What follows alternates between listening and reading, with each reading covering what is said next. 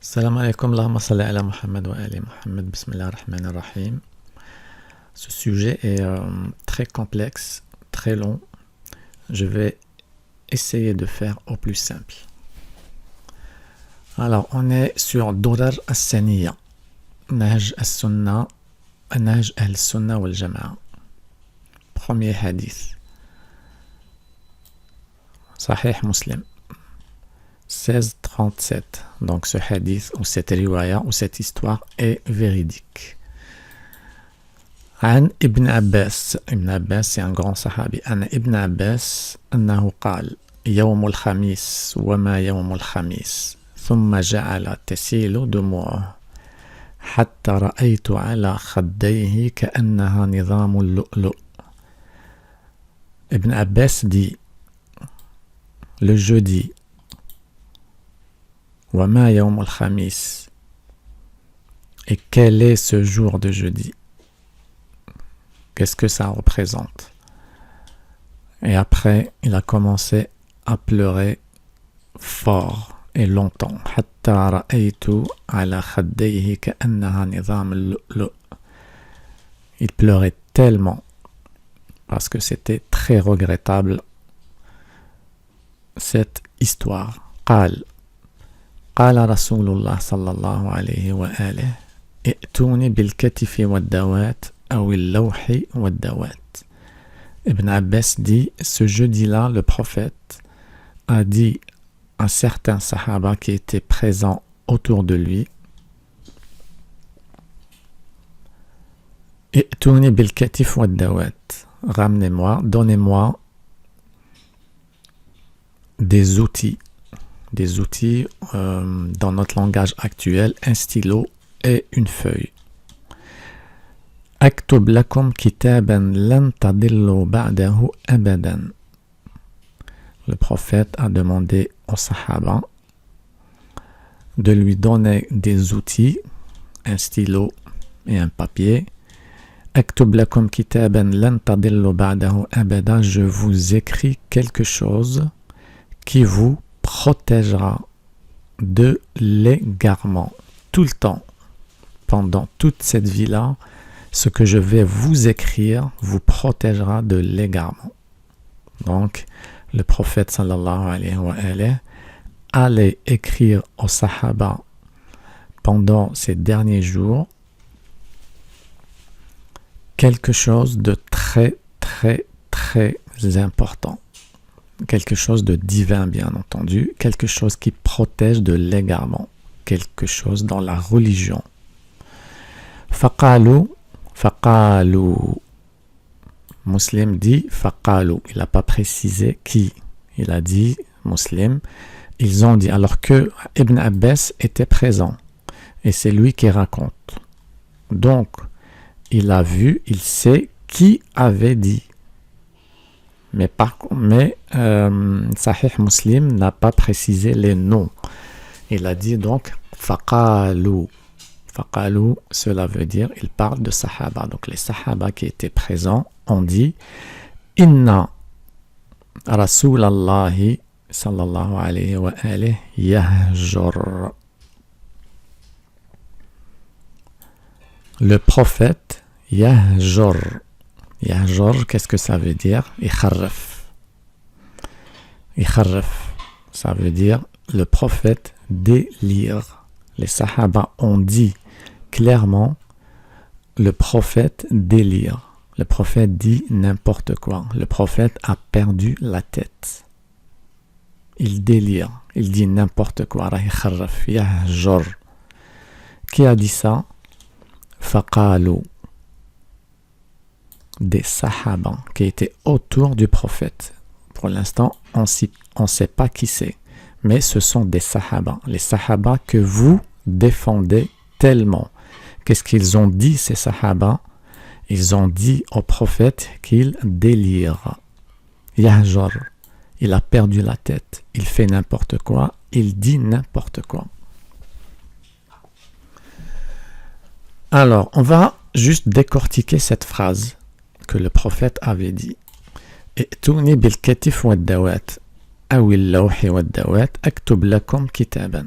le prophète sallallahu alayhi wa alayhi a dit en la présence de Sahaba, donnez-moi un stylo et un papier ou une feuille, je vous écris quelque chose qui vous protège de l'égarement. Sincèrement et entre nous, quelqu'un qui dit cette phrase, elle est compréhensible ou pas? Oui, elle est compréhensible, très compréhensible. N'importe quelle personne qui aurait prononcé toute cette phrase-là, est-ce qu'elle serait une personne qui délire ou qui délirait? Quand on délire, quand on perd la tête, quand on fait n'importe quoi et on dit n'importe quoi, on ne prononce pas une phrase si correcte. Donc le prophète ne délirait pas. Hasha. Le prophète ne délire pas. Tout ce que dit le prophète sallallahu alayhi wa alayhi, c'est de la révélation. Le prophète ne délire pas. Mais Sahih Muslim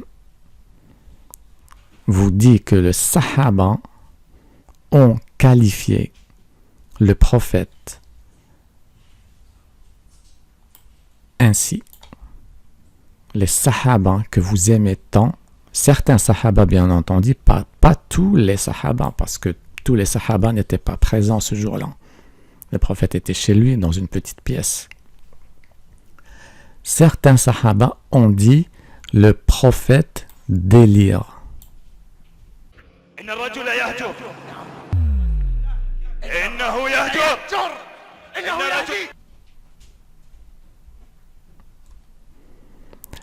Ça c'est la première histoire. La deuxième se trouve également dans Sahih Muslim et également Sahih al-Bukhari. لما اشتد بالنبي صلى الله عليه وآله وجاءه. Quand le prophète était souffrant, c'était pendant ces derniers jours dans cette vie. قال ائتوني بكتاب أكتب لكم كتابا لا تضلوا بعده. Donc le prophète a dit aux Sahaba qui étaient autour de lui, donnez-moi des outils, je vous écris quelque chose qui vous protège de l'égarement. De l'égarement après moi. Qala Omar. Donc la deuxième histoire vous dit que c'est Omar qui a dit. Qu'est-ce qu'il a dit Omar? Omar a dit Inna Nabi sallallahu alayhi wa alihi ghalabahu al-waja'.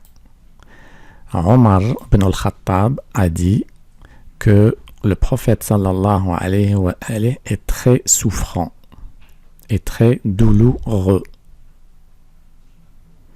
Wa indana kitabullah hasbuna.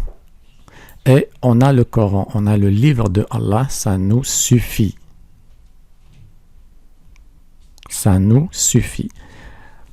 فاختلفوا وكثر اللغط.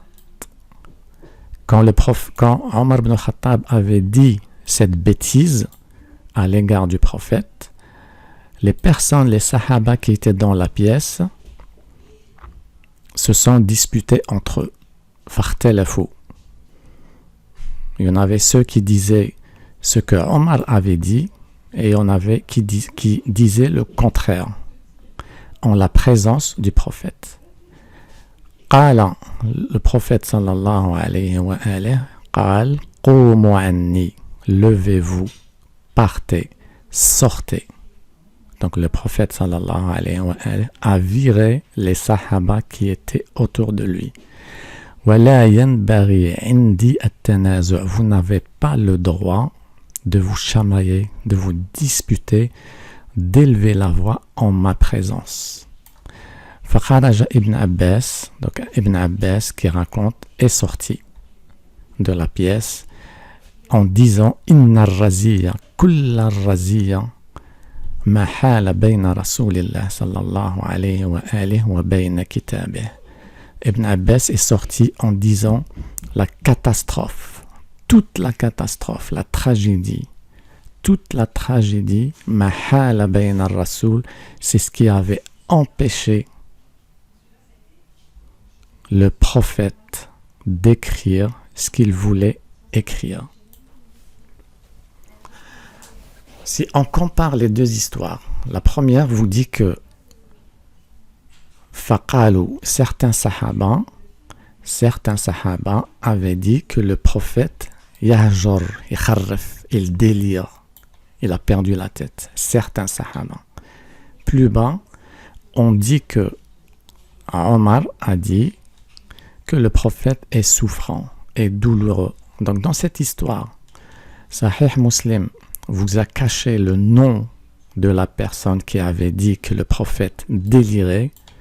Donc il a préféré dire faqalu, ils ont dit au pluriel. Et dans la deuxième histoire, on a précisé que c'était Omar qui avait parlé en premier, mais il a changé le terme. Au lieu de dire qu'il avait déliré ou qu'il délire, il a dit il est souffrant, il est douloureux. Pour protéger Omar ibn al-Khattab, tout simplement. Si on compare les deux histoires, on comprend très bien que c'est Omar qui a parlé en premier, Omar ibn al-Khattab, et c'est lui qui avait dit que le prophète délire, le prophète est kharraf, le prophète a perdu la tête, ne l'écoutez pas.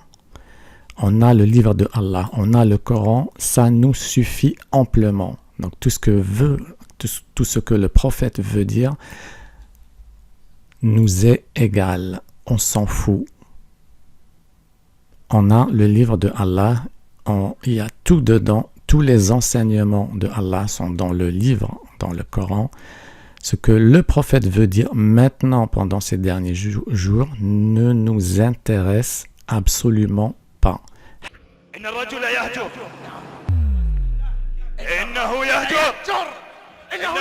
Hasbuna, c'est ça. Ce que veut dire hasbuna, ça veut dire ça nous suffit.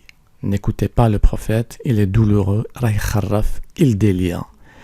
Et à cause de ce que le Omar a dit à l'égard du prophète, à cause de ça, les Sahaba se sont disputés. Cela veut dire que si Omar avait gardé ça dans sa bouche, s'il n'avait rien dit, absolument rien, tout simplement, il n'y aurait pas eu de différend entre les Sahaba. Ils n'auraient pas élevé la voix en la présence du prophète parce que c'est du non-respect total au prophète. Et le prophète ne les aurait pas chassés de la pièce parce que c'est très très très grave que le prophète chasse des sahaba de sa pièce. Normalement, le prophète, comme cité dans le Coran, il ne doit pas chasser. وَلَا تَطْرُدْ الَّذِينَ لَا تَطْرُدْ. Allah subhanahu wa ta'ala lui dit ne chasse pas ceux, les croyants. Mais lui, il les a chassés de la pièce. Il leur a dit قُومُوا عَنِّي, levez-vous, sortez de la pièce, vous n'avez pas le droit de vous chamailler, d'élever la voix en ma présence. Cela veut dire que ces gens-là, ces sahaba que le prophète a chassés de la pièce, n'étaient pas des vrais croyants, c'était des hypocrites tout simplement. C'est pour ça que le prophète les a chassés. Voilà, Omar ibn al-Khattab que vous défendez tant, c'est lui l'auteur du premier coup d'état dans l'islam, contre l'islam et contre le prophète sallallahu alayhi wa alayhi. C'est à cause de lui que le prophète n'a pas écrit ce qu'il voulait écrire.